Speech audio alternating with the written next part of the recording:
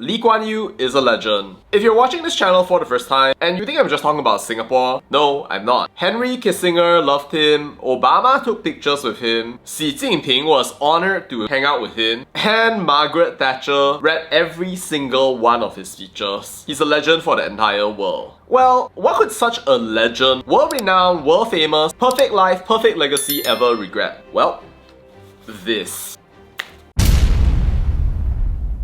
So poops, Malaysia's flag has a star with 14 points. It's supposed to be 11 states from Peninsular Malaysia, Sabah, Sarawak, and the last one was Singapore. Today they changed it to the Federal Territories, but yeah, anybody who really knows what's up knows that it was supposed to be Singapore. And here is our blue-eyed boy responding to that breakup. You know, every time we look back on this moment when we signed this agreement which severed Singapore from Malaysia, it will be a moment of anguish.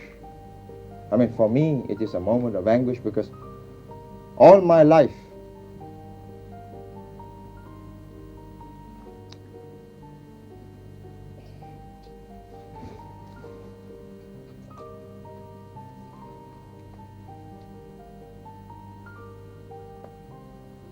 you see, the whole of my adult life,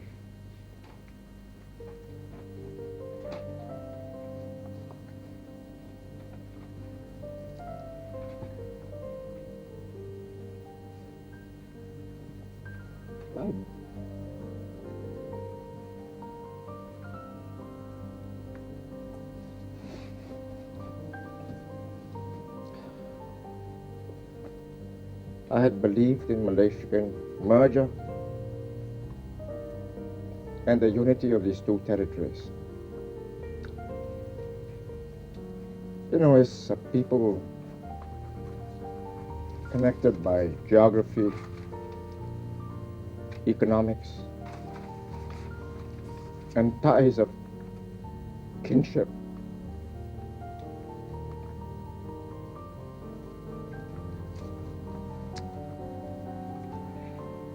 would you mind if we stop for a while?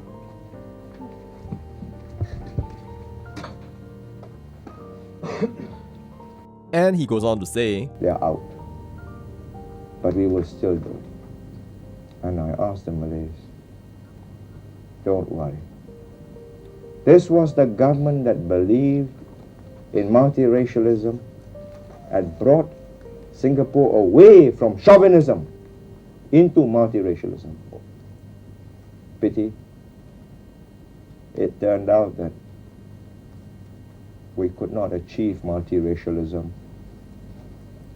and integration in Malaysia. yeah, no, that's powerful stuff, and it was actually in this year's National Day message. Not surprising because it was actually really impactful, and it was impactful to the point that I actually made a picture of it as a piece of digital art when I was a lot younger. The strange irony though is that I guess a lot of people would say that he doesn't have a lot to regret. In fact, a lot of people online are saying that that was the best decision he could have ever made, and that includes me, by the way. I mean, yeah, like, can you imagine what would have happened if they had actually stayed behind? Like, how backwards they would be if they were forced to listen to all these people who are obsessed with race and religion and who are yapping day in and day out about agama bangsa while achieving nothing meaningful in their lives. I mean, Singapore is amazing. Like, in one generation they went out of poverty, and there's no way for anybody in the world to say that what they have achieved with no natural resources, with only people and hard work, is anything short of a miracle. But honestly, I think what's even more important than that is the national culture. I think the biggest reason I admire Singapore at the moment as a Malaysian citizen is because there's actually this effort, right, to build a nation from all these different groups of people, whether Chinese, Malay, Indian, or otherwise, to literally come out and then craft a situation whereby people can actually be one united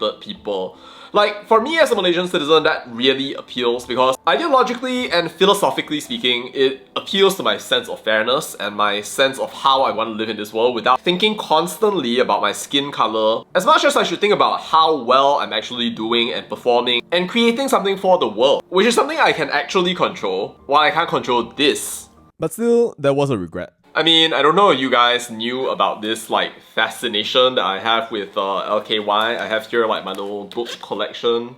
Here, the Singapore story from third world to first. Or this project which I'm working on at the moment, and I look forward to releasing when the time comes. But yeah, so The whole regret thing actually is something we knew for a very long time, partly because this history of the PAP right here, it tells us that from the very start when the PAP first wrote its manifesto, it's clear that in both the Malayan Democratic Union, which was a left-wing party which dissolved itself voluntarily in 1948 when emergency was imposed, and also the PAP, you will see an uncanny parallel because both parties sought a reunited Malaya with Singapore and oppose any constitutional arrangement which hived Singapore off from Malaya.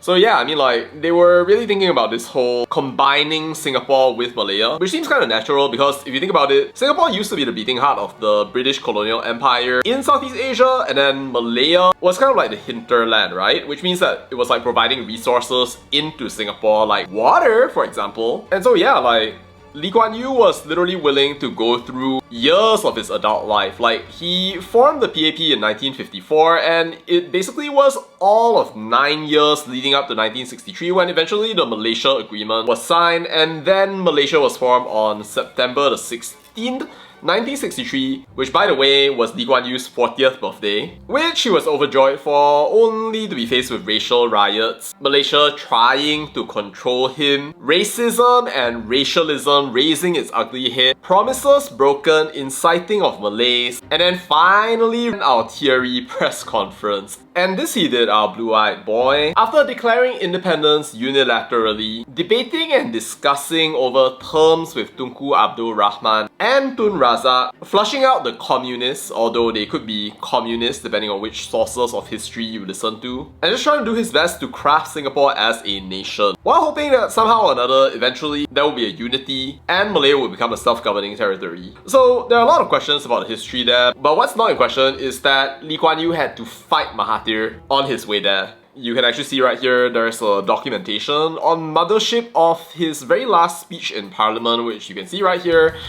Mahathir fighting LKY, calling him insular, selfish type of Chinese. People who have never known Malay rule and cannot bear the idea that people they have allegedly kept under their heels should be in a position to rule them, referring to the PAP as communists, to which LKY shot back one claim after another claim, making hot take speeches in both English and Malay, by the way, that Tunku Abdul Rahman and Tun Razak silently decided to kick him out for because they knew they couldn't control him. But so, somehow or another, here we are, he couldn't achieve his dream in the end, and that's why he was crying. Apparently, there were a lot of different reasons for that, like, yes, he was thinking that Singapore couldn't survive, or at least it was going to be very hard, especially since Tan Siew Sin was literally trying to crush Singapore with everything he had at the time. But apparently it was also because he felt a sense of betrayal that he was leaving behind Dr. Tan Chee Koon, Lim Chong Yew, and all of the other people from the Malaysian Solidarity Convention, where they were talking about a Malaysian Malaysia. And he also felt guilt to the Prime Ministers of Australia, Britain and New Zealand. Or could it actually have been Wayang? Let me know your thoughts down in the comments. In any case, this begs the question,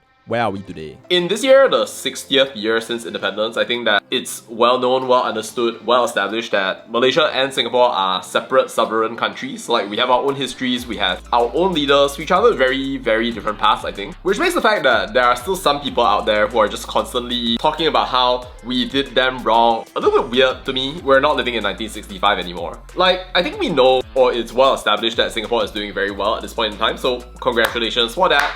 But I find it a little bit strange for people to go out there and then just be all like, you look at Malaysia doing so badly now, and then proceeding to gloat along the way. I mean, it's not necessarily that my ego is hurt or anything. If you want to give me Sing dollars to help me, that also works.